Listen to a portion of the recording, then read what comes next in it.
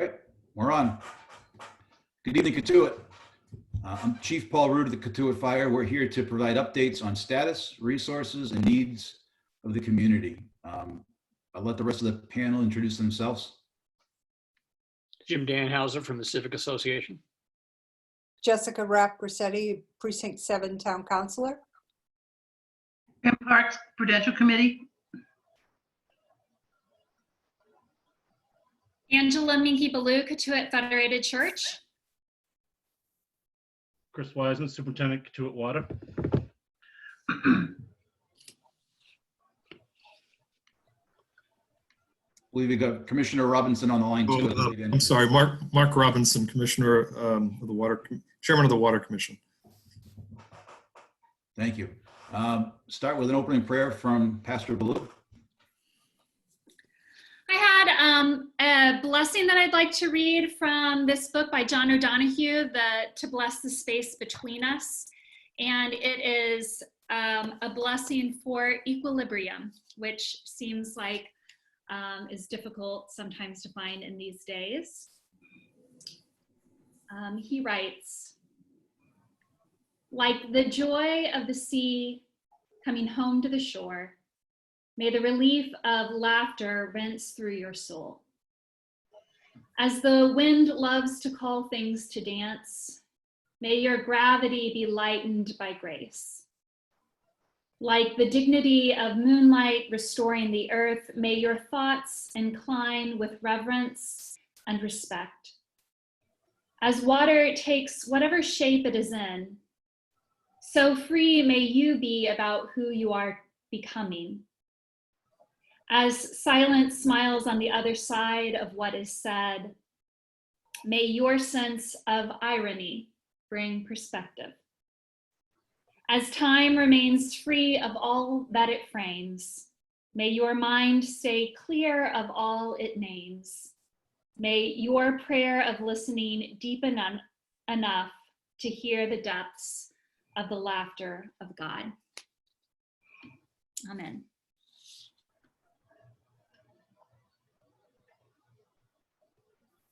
Chief, I think you're muted if you're trying to share with us.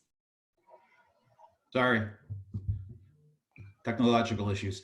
We'll start with the Town of Barnstable report. Councilor Jessica Rapp-Grissetti. Thank you once again for hosting this forum. I don't have a lot of new information, but did want to share that the town manager held his first of what he is proposing to be a weekly update. His first one was last week, and you can watch it on the town's website or on my website. His first one was with the superintendent of schools, Meg Mayo Brown. So he's planning on hosting these weekly with various people, and I would expect that the director of the Barnstable Health Department will probably be one of his guests going forward, as well as Patty Machado, the head of recreation. This time of year, you know, everybody's gearing up, trying to figure out after school what happens with kids in the programs and whatnot. And all of those services and programs, we hope to be presenting to the town. But someone asked a question about lifeguards, and they want to be able to provide lifeguards, but there's going to have to be some you know, new policies put in place for that. As I mentioned at the last meeting, stickers to park at the beaches are still required. They're required year round. Those are available through the mail, and you'd have to contact, and on the town's website, you can see information about the beach stickers, as well as any other stickers, you know, the transfer station, everything's being done via mail. So other than that, I don't have a lot of update. I know the Board of Health has on their agenda for tomorrow a citizen has requested that an ordinance be put in place to require people to wear face masks in public. So that will be a public hearing by the Board of Health tomorrow. But other than that, I just wish everybody stay safe and do wear a mask if you can't social distance or physical distance yourself, and check in on neighbors, elderly, and everybody. Take care. Thank you. Thank you, Counselor. Cotuit Prudential Committee report. Good afternoon. I hope everyone's well. I really also don't have very much to report. Prudential Committee worked on the warrant for the annual meeting at our last meeting. It's a draft warrant. We won't be closing that until sometime in May. The official posting that the annual meeting has been postponed for 30 days has been placed on our website and the Town of Barnstable website. That's pretty much it, except for the tango dancers who were meeting once a week at Freedom Hall have suspended dancing for the rest of 2020 and 2021. So if you didn't get to tango before now, you've lost your opportunity. And that's all that we've been up to. Thank you. I'll give the fire department report. Am I still here? As far as staffing, we're fully staffed at the fire station. No sick staff. We are looking at a planned return to normal staffing, looking right now like the middle of May. So mid-May, we'll probably return to the 3-person shift staffing. We are continuing with PPE, so all our staff's required to wear face masks anywhere in public space, including inside the fire station. That will continue. Our supply of PPE is very good right now. We're expecting a shipment of 1,200 N95 masks in on Thursday.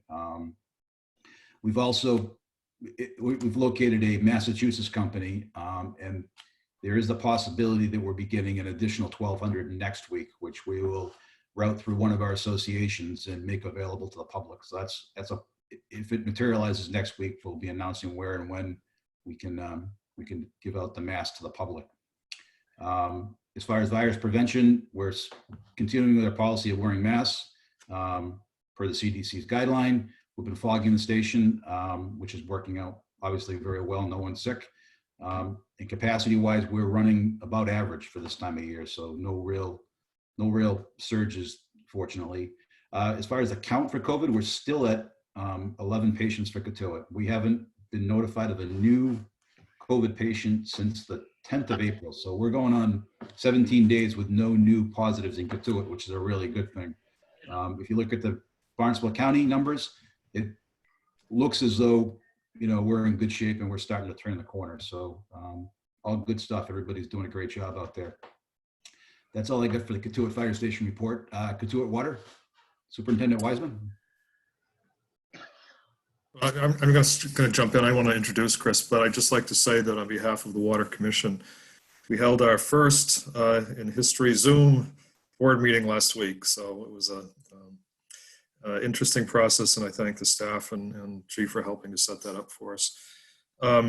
The Water Commission examined its budget, which was previously approved. We do not have any new capital expenditures that warranted revisiting, and we reapproved the budget as it was previously presented and approved.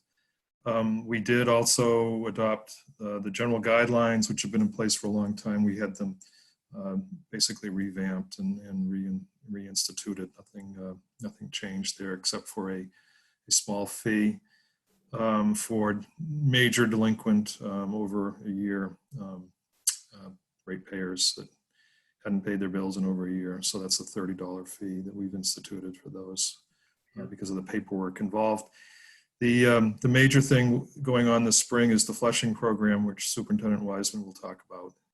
And we understand that people are under a lot of stress this time of year and this time of in history. So Chris has been sensitive to that, and I think he'll report on that. Thanks, Mark. Okay, am I going on there okay? Can you?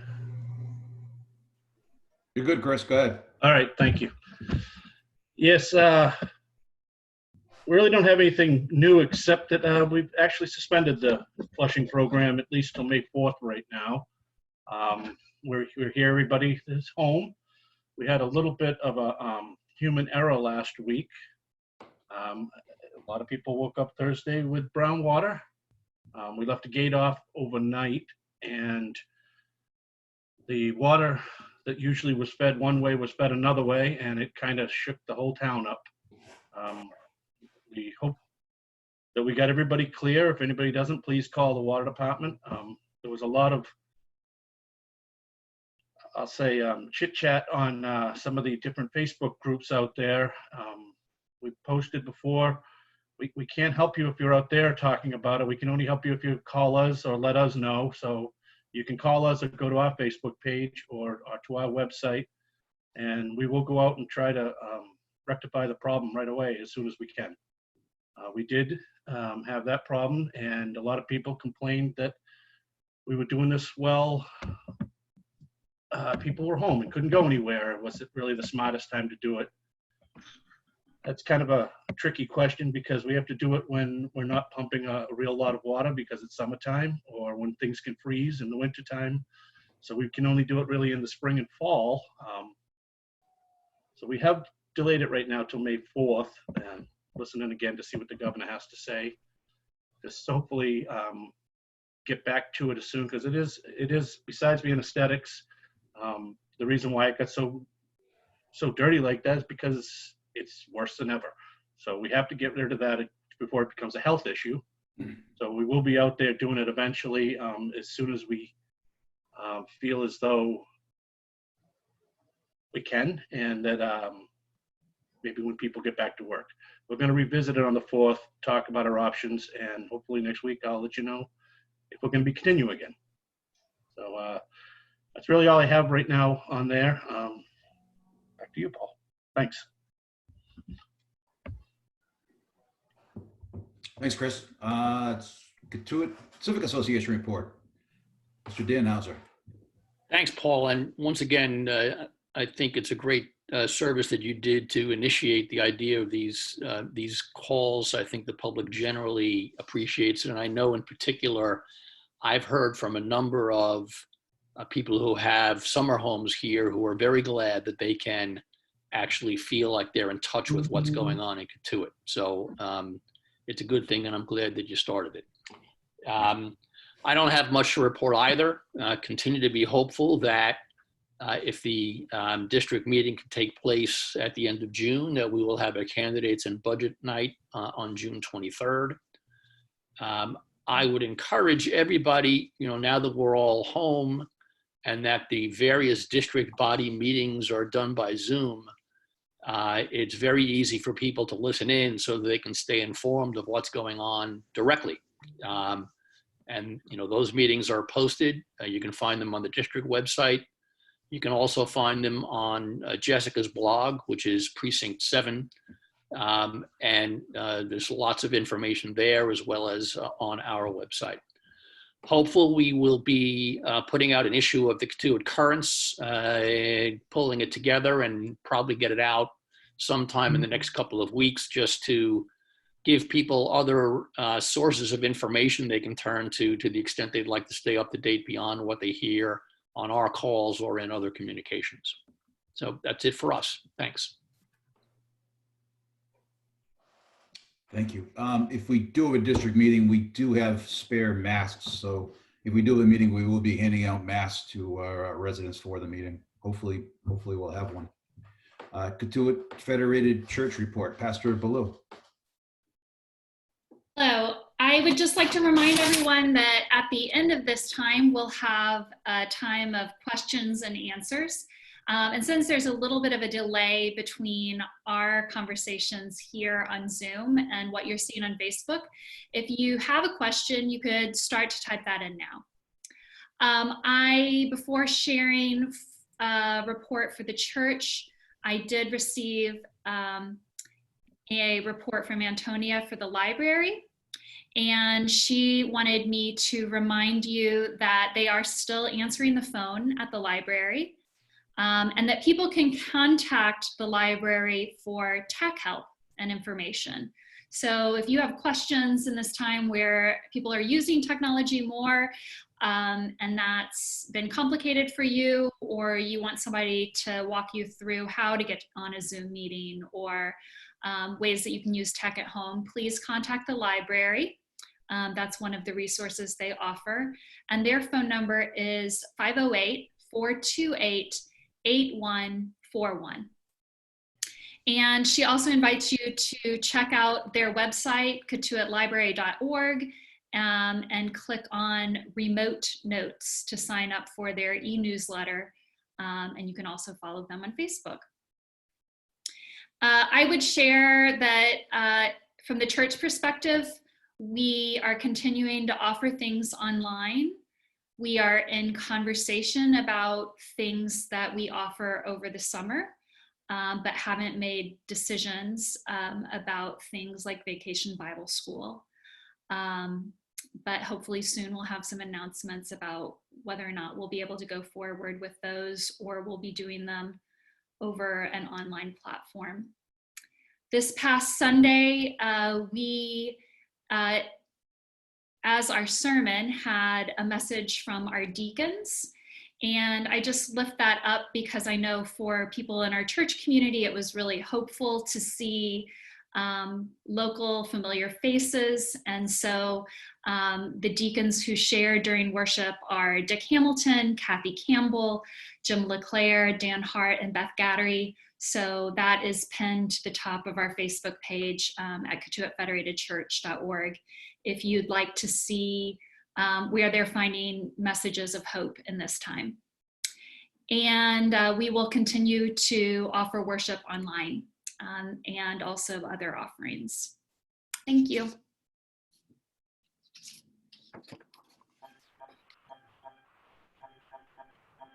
Hey, Chief, you're on mute. Could I jump in and ask a quick question of Jim? Go ahead. I'm sorry. Yeah, no worries. That question is, hey, Jim, I think I thought for some reason I had 6:16 as candidates night. Is it now 6:23? It depends upon, it would be the Tuesday before the election. Okay, got it. That's why the very good. Thank you, appreciate it. Thank you. Pastor, do you mind reading the Facebook questions again off to us, please? So there are first just a few comments. One, a thank you to Chris about cleaning up the brown. Oh, I'm sorry, Jessica, did you have something you needed to say? No, that's okay. I'll ask my question after you've asked these questions. Okay. First comment is a thank you to Chris about cleaning up the brown water. And then a comment that Jen did an amazing job of communication during the brown water issue last week. I would concur with that. Carol also recommends that to everyone to give their email to jen@cotuitwater.org to receive emails about flushing. So again, you can email jen@cotuitwater.org. And I also noticed there were some comments about people who had staining of clothing. And I would say also that Jen could help you out with that if that's a problem that occurred for you. Margaret asks, is the July 4th parade still on? We have not made a decision about the parade yet. We don't really need to make one for the time being. I certainly hope that we'll be able to hold the parade. It's a wonderful village tradition. There are a number, we've put all the arrangements in place so that we can have it, and then we'll make the determination of what, whether we proceed with it or not based upon prevailing considerations of risk and reward. And I would anticipate that we would try to make that decision by the end of May. Allison asks, can you tell us anything about the gates that have been erected blocking walking access at Fuller Marsh Road, which feeds into the Crocker Neck Conservation Trails? I can answer that. Fuller's Marsh Road actually bisects private property. That is not considered an ancient way.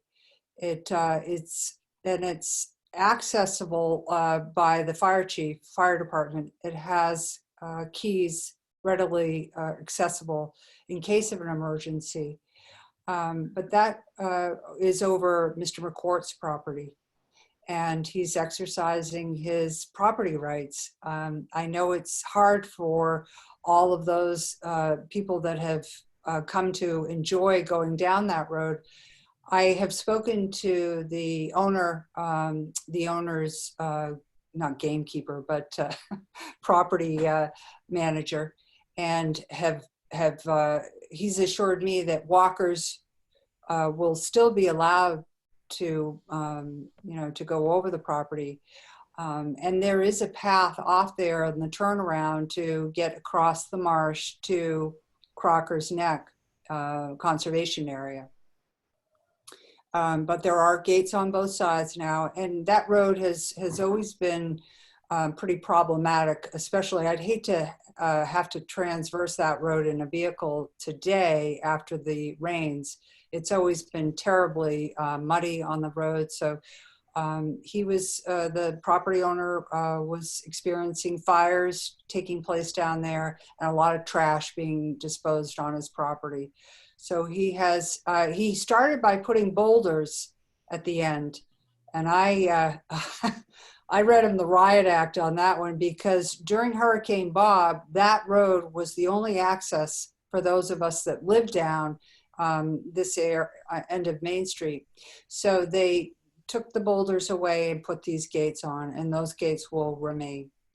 And it's unfortunate. I learned to drive on that road, but there's no more vehicles, and I would hope that people don't ride motorbikes down there either. The gates are brown, but they do have some reflective tape just for warning. But yeah, that's private property. We do have keys to the gate. There are not locks on both gates. So if there were an emergency for egress for the south part of town, or brush fire or other issue, we've got access to the property. There's also the town water main runs under, the district water main runs under that road. So the water department also has access to maintain the water system there. Susan asks, what caused the power outage last night? I don't know if I can give 100% what caused it. We responded to a pole fire next to the Kings Grant tennis courts. So there was a fire there of a transformer that probably was most of the problem. There was some lightning activity. There was some other issues on Cotuit Newtown Road. We actually responded to a structure fire in Falmouth during the lightning storm as well. So that's best information I have on that. The final question, I think, is a joke. Michael asks, how did Kevin become so handsome? So that's all I have. Jessica? Yeah, I had a couple of questions. Is there any anticipated further blood drives at the church, Angie? I have a question from someone regarding that. Do you know of? We do not have any blood drives scheduled. We were actually the last offsite blood drive that the hospital's having.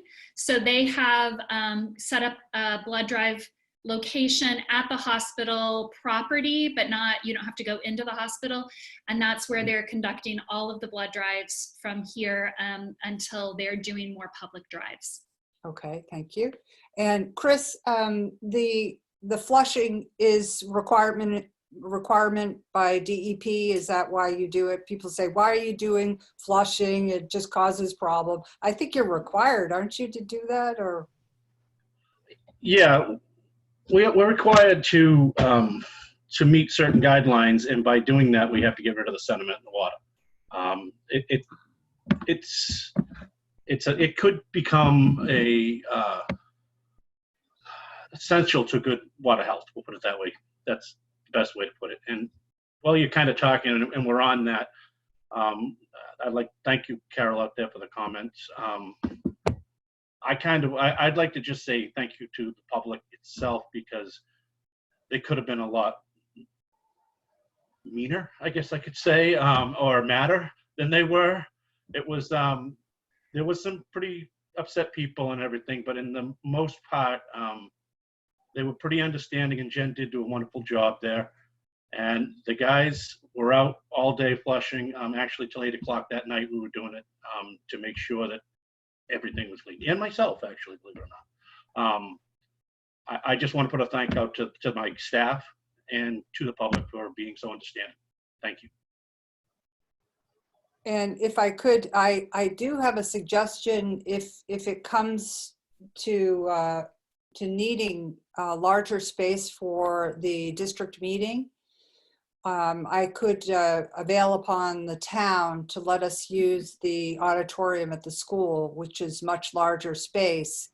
And if we need to space out the chairs there, we might be able to hold the meeting there. So. Thanks, Jess. I've already considered that also. Dennis, I believe Dennis is scheduled their town meeting to be outside. So we could also do it at the ballpark, I suppose, since they won't be playing any ball. What the beach? Well, Sampson's Island? you could also set up a tent on the grounds of the school too, or even in the parking lot of the school. That might make it a little easier too. That's just a thought going forward. The other thing and it's not a question, but it's more of a statement. The town is and everyone is facing pretty significant revenue impacts because of this COVID. And the declining tourism and employment losses and decreased business activity and falling consumption and whatnot, sales for the sales tax. Just FYI, the Massachusetts is estimating a $500 million deficit in FY20, which is where we are right now, and a shortfall of $4.4 billion in fiscal year 2021, which starts on July 1st. It's very concerning to the town, and they're getting prepared to do significant cuts within the town, not only staff, but some programming. So just FYI, thinking of the warrant going forward, and our little village here too. Thank you.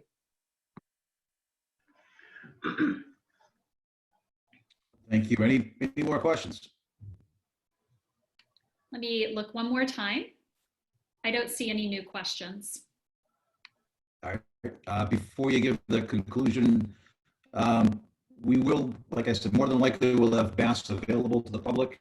If you tune into the Facebook page, and I'll coordinate with the Civic Association to put out the message on how many we have, and we'll find a good way with the Civic Association and the local churches and other things to distribute those to the public as we can make them available. Pastor? All right, let us take a moment to close in prayer. Gracious God, we hold into your light and love all of those who have lost someone in this time and who grieve. Be near to them. We lift up all of those who are sick.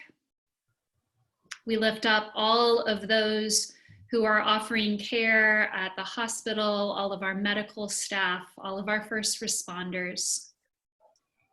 We pray, oh God, for all of the essential workers who give us the ability to have food and resources that we need for living. We thank you for our utility workers and the ways that we have water and electricity and heat.